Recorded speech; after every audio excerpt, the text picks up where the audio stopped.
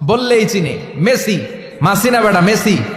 ওরা ইহুদি, ওরা খ্রিস্টান, ওরা ইহুদি। আন্তর্জাতিক খেলার গল্প যেখানে চলে সেখানে বসে থাকাও হারাম।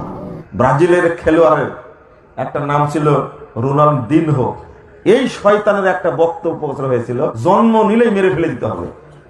আমেরিকার ওই কুত্তারা ফুটবল বিশ্বকাপের এই টাকা ইনকাম করে যুবকরা দেখবেন যে ফিফা টিফা নিয়ে পড়ে আছে, নেইমার মেসি নিয়ে পড়ে আছে। এরপর প্রশ্ন হলো, আমরা জানি খেলাধুলা হারাম, কিন্তু বিশ্বকাপ ফুটবল আয়োজক কাতার, সৌদি আরব সহ আর অনেক মুসলিম দেশ বিশ্বকাপে অংশ নেয়। এ ব্যাপারে হাদিস কি বলে?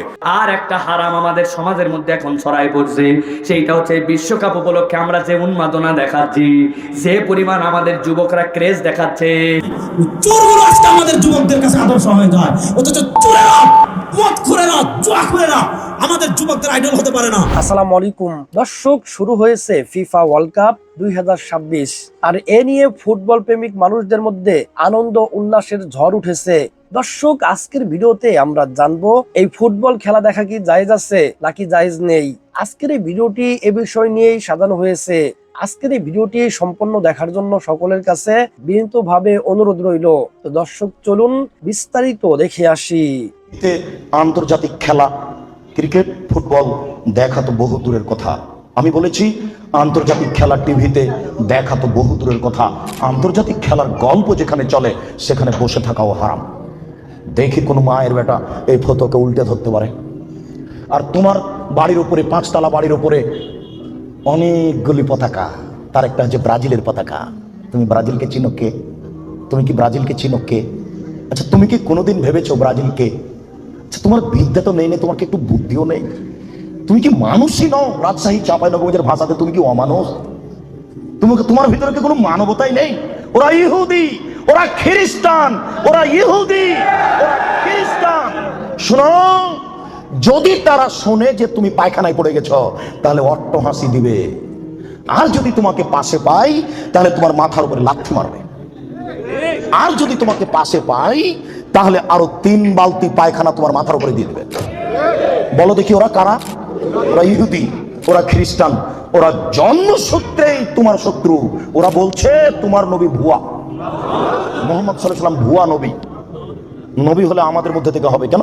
ইব্রাহিম আমাদের, সুলাইমান আমাদের, দাউদ আমাদের, মুসা আমাদের, ঈসা আমাদের, ইয়াকুব আমাদের, ইউসুফ আমাদের, সব নবী আমাদের। মোহাম্মদ নবী হলে ইহুদি খ্রিস্টানদের মধ্য থেকে হবে, আমাদের মধ্য থেকে হবে। আরে মোহাম্মদ নাকি পৌত্তলিকের মধ্য থেকে হয়েছে। ছি ছি ছি ছি ছি, এ কেন নবী হবে? ছি ছি ছি ছি ছি, এ ভুয়া নবী। তুমি তার পতাকা মাথার উপরে তোলো কাপুরুষ।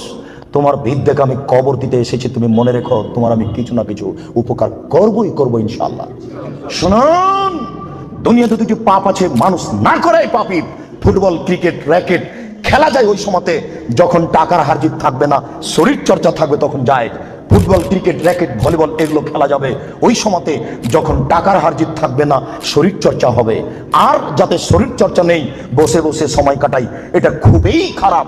চৌসার, ছক্কা, লুডু, দাবা, পাঞ্জা, ক্যারাম বোর্ড, তাস, গেমস এইসব খেলায় যদি কেউ অংশগ্রহণ করে তাহলে সে তার হাতকে শরীর শুকুরের রক্তের মধ্যে ডুবিয়ে দিয়েছে। মুহাম্মদ সাল্লাল্লাহু আলাইহি ওয়াসাল্লাম বলেন, মান লাইবা বিল-আরদি শিরক ফাকাদ খালায়াদাহু বিদামি খিনজির। কেউ যদি চৌসার, ছক্কা, লুডু, দাবা, পাঞ্জা, ক্যারাম বোর্ড, তাস, গেমস এই ধরনের খেলায় অংশগ্রহণ করে সে তার হাতকে শরীর শুকুরের রক্তের মধ্যে ডুবিয়ে দিয়েছে। তুমি সাবধান থাকো। বহুদিন আগে পড়েছিলাম, ব্রাজিলের খেলোয়াড়ের একটা নাম ছিল রোনালদিনহো। এই শয়তানের একটা বক্তব্য প্রচার হয়েছিল যে ফিলিস্তিনে যত শিশু আছে জন্ম নিলেই মেরে ফেলে দিতে হবে। ফিলিস্তিনে লক্ষ লক্ষ মানুষ পাখির মতো মেরে ইহুদি খ্রিস্টানরা একবারে সাফ করে দিচ্ছে। তাতেও তাদের আত্মতৃপ্তি হয়নি। ওর ভাষ্য হলো যে জন্ম নিলে মেরে ফেলে দিতে হবে। বলেন, তাকে আপনারা ভালোবাসেন, এমন ভালোবাসেন ওর ছবি বুকে দিয়ে ঘুমান। আপনার সম্লজ্জা আছে? আপনার ঈমান আছে? কখন ঈমান চলে গেছে?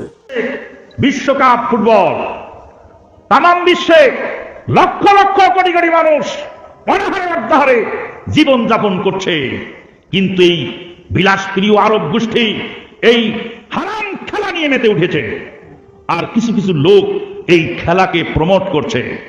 বিশ্বকাপ ফুটবল, এই ফুটবলের আয়োজন এটা নেহায়েত অন্যায় কাজ, এটা হারাম নাজায়েজ কাজ। কোটি কোটি ডলার ব্যয় হচ্ছে, মরার পরে তাদের হিসাব দিতে হবে। আমেরিকার ওই কুত্তারা ফুটবল বিশ্বকাপের এই টাকা ইনকাম করে তোমার ইমানদার ভাইয়ের বুকে গুলি মারবে, ইমানদারের রক্ত ঝরাবে, তোর টাকা দিবে, তোর টাকা দিবে। একটি বিশ্বকাপ ফুটবল খেলার সাথে শুধু আব্বাইটা খেলা না, তোমার যদি কলিজা থাকে, বিবেক থাকে, তুমি খবর নিও। এই বিশ্বকাপ ফুটবল খেলার সাথে কোটি কোটি কোটি কোটি ডলারের মদের বিক্রি হবে। এই খেলার প্রত্যেকটা গ্যালারিতে অজস্র অগণিত মানুষ মদ পান করবে, এর সাথে মদের গভীর সম্পর্ক। 2 নাম্বার, এই ফুটবল খেলার সাথে তিনটা দেশে, এই আমেরিকা, কানাডা, মেক্সিকো, এই 3 দেশের যে প্যাভিলিয়ন মানে যেই গ্যালারিগুলোতে খেলা হবে, প্রত্যেকটার আশেপাশে শত শত হোটেলে নর্তকী নারী ভাড়া থাকবে, যারা জিনা আর ব্যভিচার করবে, যারা পুরুষের সাথে রাত কাটাবে, বিশ্বকাপ উপলক্ষে ইনকাম করবে, ওই ইনকামের ট্যাক্স ওই দেশগুলো উপার্জন করবে। তার মানে এর সাথে নারীর বেশ্যাবৃত্তি, অসভ্যতা, জিনা আর ব্যভিচারের সম্পৃক্ততা আছে। 3 নম্বরে, এই ফুটবল বিশ্বকাপের সাথে কোটি কোটি টাকার অনলাইনে জুয়া অনলাইনে খেলোয়াড়ের নাম ধইরা, দলের নাম ধইরা জুয়া খেলা হবে। এই জুয়া খেলা তো সারা পৃথিবী জুড়বে। তাহলে একটি খেলার সাথে খেলাধুলা, এটাও তামাশা। 3 দেশে 3টা বিশ্বকাপ উপলক্ষে উদ্বোধনী অনুষ্ঠান হবে। এই 11 তারিখে অনুষ্ঠানের মধ্যে 3 দেশের উদ্বোধনী অনুষ্ঠানে খেলা হইল ফুটবল, অথচ নাচবে অর্ধ উলঙ্গ নর্তকী, উদ্দাম নাচবে। নাচের সাথে খেলার কি সম্পর্ক? আব্বা, ফুটবলের সাথে নর্তকীর দেহের কি সম্পর্ক?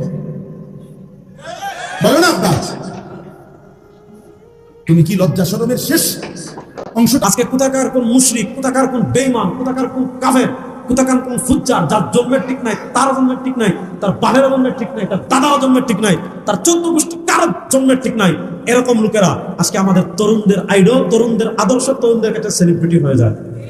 আর বাংলাদেশে এই জুয়াকুর মতকুর যেগুলোর কাছে আদর্শ নাই, সামান্য টাকা দিলে বাথরুম উদ্বোধনের জন্য চলে আসবে, সামান্য টাকা দিলে জুয়ার হেড করে, যাদের কাছে আদর্শ নাই, নৈতিকতা নাই, চোরগুলো আজকে আমাদের যুবকদের কাছে আদর্শ হয়ে যায়। অথচ চোরেরা, মদখোরেরা, জুয়াখোরেরা আমাদের যুবকদের আইডল হতে পারে না। আমাদের যুবকদের আইডল হবেন বিশ্বনবী মুহাম্মদ রাসূলুল্লাহ সাল্লাল্লাহু আলাইহি ওয়াসাল্লাম। আমাদের যুবকদের আইডল হবেন সিদ্দিক আকবর, ওমর ইবনুল খাত্তাব, ওসমান গনি, সাহাবায়ে কেরাম হবেন আদর্শ। কোনো চোর ডাকাত আমাদের যুবকদের আদর্শ হতে পারে না। তাহলে আমাদের নবীর চেয়ে আমাদেরকে কেউ বেশি ভালোবাসেন? এত মর্যাদাবান নবী, সুবহানাল্লাহ। বলেন আমাদের নবী, সবাই বলেন আমাদের নবী বেগুনাহ। বলেন আমাদের নবী। সবার মুখ থেকে আওয়াজ পাই, এটা আকীদারে ভাই, এটা না শিখলে আপনার যদি বিশ্বাস ঠিক না থাকে আল্লাহ আমল কবুল করবেন না। আমল কবুল হতে হলে আগে বিশ্বাস ঠিক করতে হবে। বলেন আমাদের নবী নিষ্পাপ। বলেন আমাদের নবী নিষ্পাপ, নিষ্কলঙ্ক, পুত পবিত্র, তার কোনো ছোট গুনাহ নাই, বড় গুনাহ করার প্রশ্নই আসে। তাহলে বললাম কি? বলেন আমাদের নবী 1 নম্বর বলেন নিষ্পাপ, নিষ্কলঙ্ক, পুত পবিত্র, তার কোনো ছোট গুনাহ নাই। নাম যার খেলা, নাম যার কি খেলা, খেলা তামাশা, এর মানে হলো সিরিয়াস কোনো বিষয় না। অথচ সেই জিনিসটা আমাদের জীবনে এখন অত্যন্ত সিরিয়াস, অত্যন্ত গুরুত্বপূর্ণ বিষয়ে পরিণত হয়েছে। কতটা সিরিয়াস, কতটা গুরুত্বপূর্ণ? এটাকে ঘিরে আত্মহত্যার ঘটনা ঘটে, এটাকে ঘিরে মারামারির ঘটনা ঘটে, এটাকে ঘিরে যে উন্মাদনা হয়, সে উন্মাদনাগুলো এতটা ভয়াবহ আকার ধারণ করেছে যে 2022 সালে কাতার বিশ্বকাপে ব্যয় হয়েছে $220 বিলিয়ন। কত? $220 বিলিয়ন খরচ হয়েছে 2022-এর বিশ্বকাপে। গোটা পৃথিবীতে যত মানুষ ক্ষুধার্ত থাকে সে মানুষের সংখ্যা 82 কোটি 80 লাখ। এই মানুষগুলো ক্ষুধার্ত থাকে, খাবারের অভাবে কষ্ট করে। সমাজের মুসলিম হিসেবে ভালো মুসলিম নয়, আর যারা খেলে তারাও মুসলিম হিসেবে কোনো ভালো মানুষ নয়, মুসলিম হলো, এটা আমি বিশ্বাস করি। আর এটাই বুঝেছেন। আর খেলাধুলায় মেতে থাকাটা একটা এমন মুসলিম যে সময়ের মূল্যায়ন করে, সময়কে দুনিয়া আখিরাতের উপকারী কাজে লাগায়, তার আদর্শ মুক্তি হইতে পারেন। আর খেলার ক্ষেত্রে যেটা জিজ্ঞেস করলেন যে এই খেলাধুলা কি জুয়া হবে, তাতে যদি জুয়ার কোনো রকমের ধরন বা অবস্থা পাওয়া যায় যে এক পক্ষ থেকে নিয়ে আরেক পক্ষকে দেওয়া হচ্ছে, তৃতীয় পক্ষ তাদেরকে পুরস্কার দিচ্ছে না বা তাদের যে পয়সাগুলি বা যা কিছু দিয়ে থাকে সেটা এক পক্ষ থেকে বা নেওয়া হচ্ছে, যারা হেরে যাচ্ছে তাদেরকেও তাকে দিতে হচ্ছে, তাহলে নিঃসন্দেহে জুয়া, তাহলে নিঃসন্দেহে জুয়া হার জিতের বিষয়।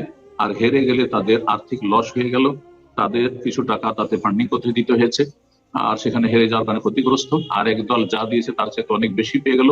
এরই নাম হচ্ছে জুয়া, এরই নাম হচ্ছে কিমার, এরই নাম হচ্ছে মাইসির, আর জুয়া হারাম। আল্লাহু আ'লাম। আর একটা হারাম আমাদের সমাজের মধ্যে এখন ছড়াই পড়ছে, সেইটা হচ্ছে বিশ্বকাপ উপলক্ষে আমরা যে উন্মাদনা দেখাচ্ছি, যে পরিমাণ আমাদের যুবকরা ক্রেজ দেখাচ্ছে, তোমার যদি একটা আত্মসম্মানবোধ থাকে তুমি এই কাজ করতে পারো না? আমি আপনাদের কাছে অনেক সময় বলি, আপনি আর্জেন্টিনা ব্রাজিল সাপোর্ট করলে আপনার ইমান চলে যায় না, কিন্তু আপনি কারে আইডল বানাইছেন এইটা যদি আপনি বুঝে সুঝে বলেন, আপনার ইমান চলে যেতে পারে। একটা লোক বিয়ে করে না, 3-4টা বাচ্চা কাচ্চা হয়ে গেছে, 3-4টা বাচ্চা হওয়ার পরে তারপরে বান্ধবীকে প্রপোজ করে তারপরে বিয়ে করে, কয়ে বলে জেনা করে, জারোর সন্তান পয়দা করে, ইসলামের বিধিবিধানের সাথে যার কোনো সম্পর্ক নাই। তুমি যুবক ভাই কেমন পাগল হলে রে? তার জার্সির নাম্বার পরে তার নাম লাগায়া, কেউ বা তোমার আর্জেন্টিনার, কেউ বা ব্রাজিল, কেউ বা ওই রোনালদিনহো, রোনালদো, যাই বলেন আপনি, এগুলোর সবগুলো একই রকম। তুমি তার জার্সি পরে তার পক্ষে স্লোগান দাও, তোমার একটু লজ্জা হওয়া উচিত। তুমি জেনে বুঝে জেনাকে প্রমোট করো। যুবকরা দেখবেন যে ফিফা টিফা নিয়ে পড়ে আছে, নেইমার মেসি নিয়ে পড়ে আছে। ওদের চিন্তাই নাই যে আল্লাহ পাক যে তাকে পৃথিবীতে পাঠিয়েছেন দিনটা প্রচার প্রসার প্রতিষ্ঠা করার জন্য, ফিকিরই নাই। তো কেন হবে না আমাদের অবস্থা এখন এমন, সেটা বলে না। কত পার্সেন্ট মানুষ দেখাবেন নামাজ পড়ে 5 ওয়াক্ত, কত পার্সেন্ট মুসলিম দেখাবেন যে কোরআনটা বিশুদ্ধ করে তেলাওয়াত করতে পারে। যে জাতি কোরআন তেলাওয়াত করতে পারে না ওই জাতি বিজয় পাবে নাকি? কোন শ্রেণী? আব্দুল বিন উবাই আবার কে? এই বেটা আবার কে? এই ব্যক্তি ছিল মদিনার, তার নেতা হওয়ার কথা ছিল, কিন্তু মুহাম্মদ সাল্লাল্লাহু আলাইহি ওয়াসাল্লাম যখন গিয়েছেন সেখানে আনসার সাহাবীরা মুহাম্মদ সাল্লাল্লাহু আলাইহি ওয়াসাল্লামের হাতে বায়াত নিয়েছে, এখন তার নেতৃত্ব চলে গেছে। এখন সে ইহুদিদের সাথে জোট করে মুহাম্মদ সাল্লাল্লাহু আলাইহি ওয়াসাল্লামের বিরুদ্ধে যুদ্ধ করেছিল এবং উহুদের মাঠে পালিয়ে গিয়েছিল। প্রথমে 1000 জন ছিল, 700 জন টিকে থেকেছে, 300 জনকে সাথে নিয়ে এই আব্দুল্লাহ বিন উবাই পালিয়ে গিয়েছিল।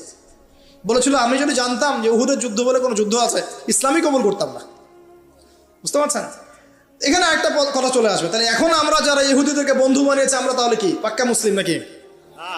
আব্দুল্লাহ বিন উবাই যদি ইহুদিদের সাথে বন্ধুত্ব করে নবীর বিরুদ্ধে দাঁড়াতে পারে, আর দাঁড়ানোর পর যদি মুনাফিক তোকমা লাগতে পারে, এবং আল্লাহ পাক তাকে বলেছেন ও কবরেও দাঁড়াবে না, জানাজার নামাজেও তুমি দাঁড়াবে না, বলেন নাই? সূরা তওবা আছে না? খবরদার ওদের নামাজে জানাজাও পড়বে না, ওর কবরে দাঁড়াবাও না তোমরা। তাহলে সে যদি ইহুদিদের সাথে বন্ধুত্ব করে এরকম মুনাফিক হতে পারে, এখন এই যুগে যারা আমরা করছি তারা কে? তারা নিঃসন্দেহে আমরা পাক্কা মুসলিম নাকি? সুবহানাল্লাহ। এই বিশ্বে বহু মুসলিম কান্ট্রিজ আছে যারা সরাসরি এদের অ্যালায়েন্স, মিত্র। জনপ্রিয়তা বললেই চিনে, মেসি আছে না নাই? ওই সব চিনে, মুখস্থ। নাম কি? মাসিনা বেটা মেসি। নেইমার আপনিও জানেন, সর্বনাশ, কিয়ামতের আলামত, হুজুরও জানে। কি নাম? নেইমার। আর কি আছে এরকম? রোনাল্ডো। আর কি আছে?